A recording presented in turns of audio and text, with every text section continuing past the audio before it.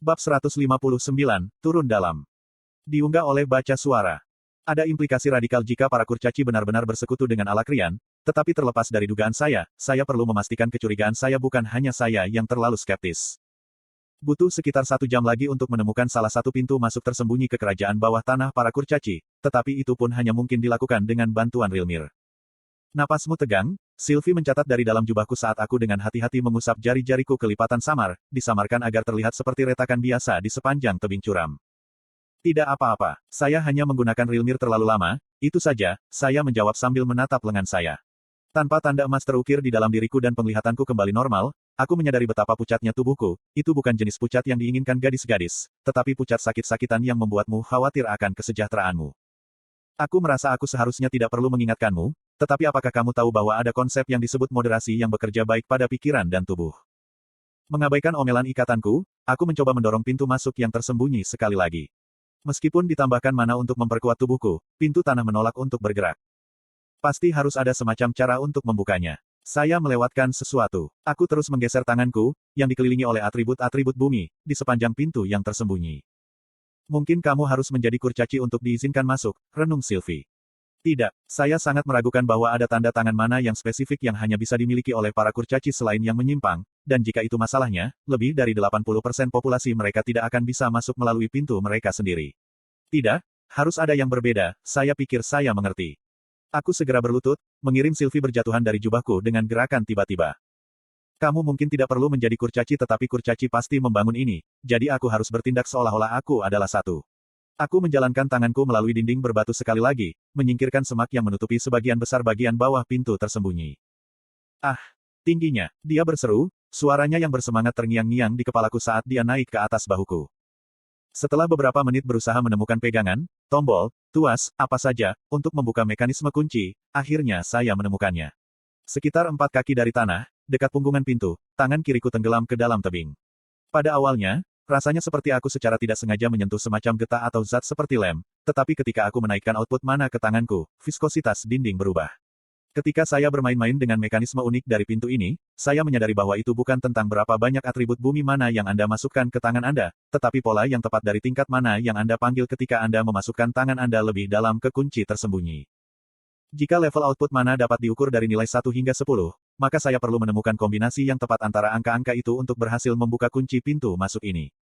Setiap kali saya menebak level output salah dan berusaha mendorong tangan saya lebih dalam ke lubang kunci, bumi di sekitar tangan saya menjadi lebih kental, mendorong tangan saya keluar dari kunci. Sialan, kutuku pelan setelah upaya ke-20 gagal membuka kunci pintu. Setengah tergoda untuk membuka pintu, aku menarik napas panjang dan melepaskan Rilmir sekali lagi. Segera, rasa sakit membakar keluar dari inti saya dan ke tubuh dan anggota badan. Saya tertekuk dan jatuh berlutut pada serangkaian batuk yang hebat. Saya tidak hanya memuntahkan makanan dan empedu kali ini tetapi juga darah. Gelombang ketidakpuasan dan keprihatinan muncul dari Sylvie. Saya bersumpah, jika Anda mengatakan sesuatu tentang moderasi lagi, mari kita selesaikan misi ini. Kalau begitu, kamu bisa istirahat, jawabnya. Dengan anggukan lemah, aku memberi beban pada kakiku untuk menopang diriku sendiri hanya untuk berakhir telentang. Dengan mana kecil yang telah aku habiskan untuk memelihara Rilmir, aku mencabut mana yang telah kusatukan ke kakiku untuk disimpan karena membuka kunci pintu masuk. Saya bisa merasakan emosi ikatan saya sekali lagi ketika dia menatapku. Tetap diam, Sylvie membantu saya dalam posisi duduk dengan mendorong saya kembali dengan kepalanya. Menarik napas terasa seperti menelan jarum, tapi aku bersyukur bahwa aku bahkan bisa mengaktifkan Rilmir lagi. Tanpa membuang waktu, saya fokus pada area di mana lubang kuncinya berada, tangan saya nyaris mencapainya dengan bantuan Sylvie. Menggunakan bit mana terakhir yang saya simpan, saya menghendaki mana atribut bumi ke tangan saya. Segera, aku bisa melihat fluktuasi partikel mana yang berkumpul di sekitar lubang kunci yang tersembunyi. Ketika saya menghendaki jumlah mana yang benar ke tangan saya, partikel-partikel menyala dan menyebar, memungkinkan tangan saya untuk masuk lebih jauh ke dalam lubang tanpa takut bahwa saya harus memulai dari awal. Aku bertaruh kamu naga tidak pernah berpikir untuk menggunakan Rilmir untuk hal-hal seperti ini, aku menyeringai ketika tanganku merosot ke dinding, sekarang sampai ke lengan bawahku. Hal-hal seperti membuka kunci pintu. Tidak, itu ada di bawah kita, ikatan saya mendengus. Situasi menuntut adaptasi, naga kecilku yang berbulu. Aku balas, menarik pegangan yang terkubur dalam-dalam di dalam mekanisme kunci pintu tersembunyi. Dengan klik yang memuaskan, dinding tanah bergemuruh sebelum meluncur terbuka. Aku berbalik dan melepaskan ikatan, yang masih menjaga tubuhku yang patah, sebuah kedipan mata yang bangga. Aku malu membayangkan pernah menyebutmu sebagai Papa. Bahkan dalam bentuk rubah kecilnya yang berbulu, ada rasa ejekan yang gamblang saat dia memutar matanya. Hei, kaulah yang menetas untukku. Menarik Rilmir, aku menyeka jejak darah yang mengalir di daguku dari sudut mulutku dan mengalokasikan kembali miniskule kecilku ke kakiku sekali lagi. Bekerja dengan persentase 1 digit dari mana saya hampir tidak memungkinkan saya untuk dapat menggunakan kaki saya yang hancur, dan bahkan berdiri saat itu adalah tugas yang sulit. Menggunakan dinding sebagai penopang, aku bangkit dan tidak menyia-nyiakan waktu menuju koridor yang sempit. Lorong yang lebarnya sekitar 5 kaki dan memiliki langit-langit yang menggores bagian atas kepala saya, bahkan ketika membungkuk lebih seperti terowongan kasar daripada lorong yang sebenarnya.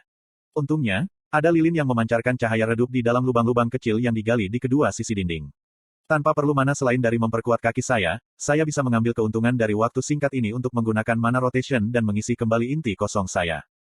Aku bisa merasakan panas dari lilin, tetapi setelah menjelajah melalui angin keras yang berpasir, aku dengan sepenuh hati menyambutnya. Aku menempel di sisi kiri lorong, sebagian untuk agak tersembunyi dan juga karena aku sangat perlu bersandar di dinding bergerigi untuk dukungan saat berjalan menuruni lereng kecil. Sementara itu, Sylvie berlari dengan hati-hati beberapa langkah ke depan, memeriksa dan menguji sesuatu yang mencurigakan yang bisa menjadi perangkap tersembunyi. Apakah ini benar-benar ide yang bagus? Anda tidak dalam kondisi untuk bertempur jika, secara kebetulan, kami bertemu musuh. Saya terbatas pada apa yang bisa saya lakukan dalam bentuk ini dan bahkan jika kita melihat bahwa para kurcaci bersekutu dengan Alakrian, apa yang bisa kita lakukan? Ikatan saya membombardir ketika kami perlahan-lahan berjalan menuju lorong. Itu bukan ide yang bagus, tapi kita perlu melakukan ini, aku menjawab dengan serius. Kamu benar, saya tidak bisa bertarung, dan tidak ada banyak tempat untuk disembunyikan jika kami bertemu seseorang, tetapi kami tidak bisa membuang waktu untuk memulihkan. Jika saya benar, bahkan jika saya tidak dapat mengumpulkan bukti, saya tahu setidaknya Virion dan Aldir akan mendengarkan saya. Anda membaca di https://rednovelfullonline.com. Baik, tapi pengaturan kita masih berlaku. Saat kita mengalami masalah, aku menghancurkan tembok ini dan kita akan keluar dari sini. Petik 1. Tentu, aku menurutinya saat kami terus berjalan menyusuri lorong yang remang-remang sampai sesuatu yang bercahaya, yang bukan lilin, muncul di kejauhan.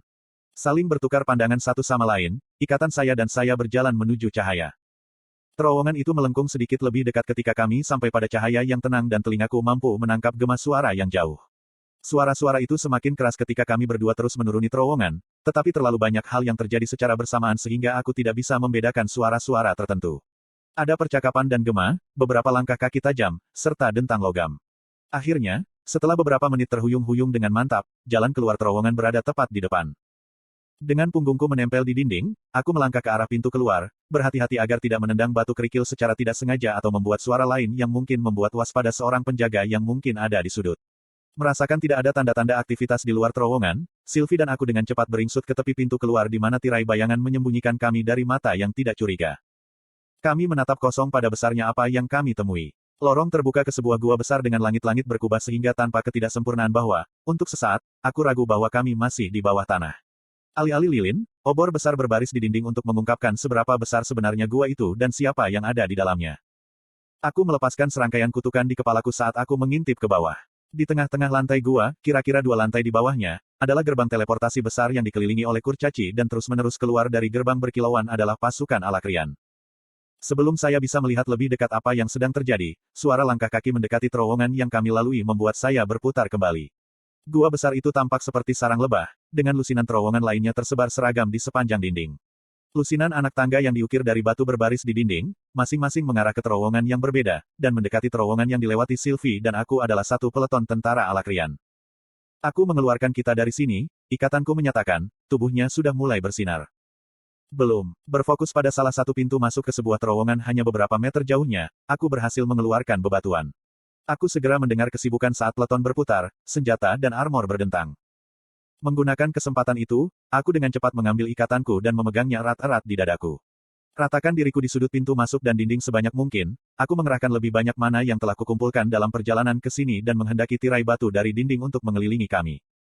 Hanya batu lepas. Ayo pergi, serdadu yang memimpin peleton itu mendengus. Tahan napas, aku memesan Sylvie saat aku mengaktifkan meracu walk.